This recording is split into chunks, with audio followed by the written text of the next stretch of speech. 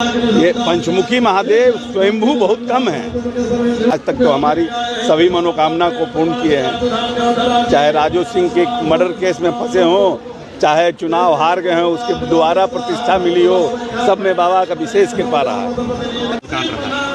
ऐसे इस माहौल में क्या आप कहना चाहते हैं शेखपुरा के लिए, बिहार के लिए, लोगों के लिए? यानी माहौल जैसे इस मंदिर के साथ बहुत लंबे समय से जुड़े हुए हैं।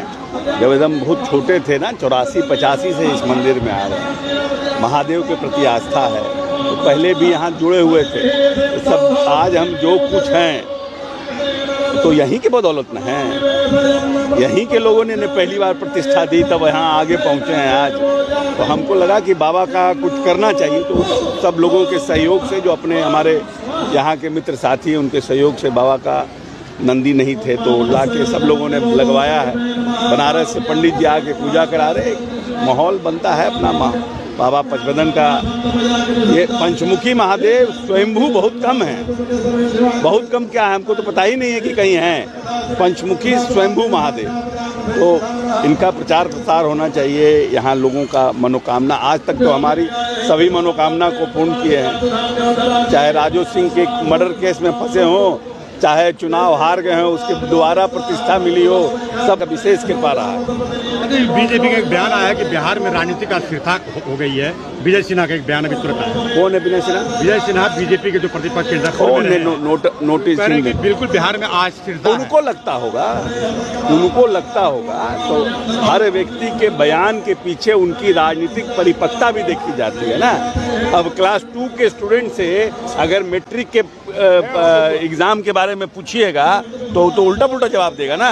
अच्छा, अभी अयोध्या में राम मंदिर की प्राण प्रतिष्ठा को लेकर पूरा अभियान चलाया जा रहा है। ऐसा लगता है कि धर्म को राजनीतिकरण किया जा रहा है, ऐसा लग रहा है? नहीं, देखिए, ये बात सत्य है। देखिए, भगवान राम के प्राण प्रतिष्ठा को लेकर पूरे देश में उल्लास है और भगवान राम वापस अयोध्या में स्थापित हों, इसके बहुत से लोगों को बहुत दिन से रुचि थी और लंबे समय से बहुत से लोग इसके लिए संघर्ष भी कर रहे थे। लेकिन मुद्दा ये है कि क्या महंगाई और बेरोजगारी, जो 2 राजनीतिक मुद्दे थे, जो इस देश का मूल मुद्दा है, क्या ये मुद्दा खत्म हो गया? अगर भगवान राम के प्राण प्रतिष्ठा के साथ साथ जो 65 रुपये किलो अरहर का दाल था जब मोदी जी आए थे, और आज 185 रुपये किलो हो गया, उस पर भी कुछ करते प्राण प्रतिष्ठा के दिन, और बेरोजगारी के ऊपर भी कोई बड़ी घोषणा होती, तो भगवान राम के प्राण प्रतिष्ठा के उत्सव का माहौल और कुछ अलग होता।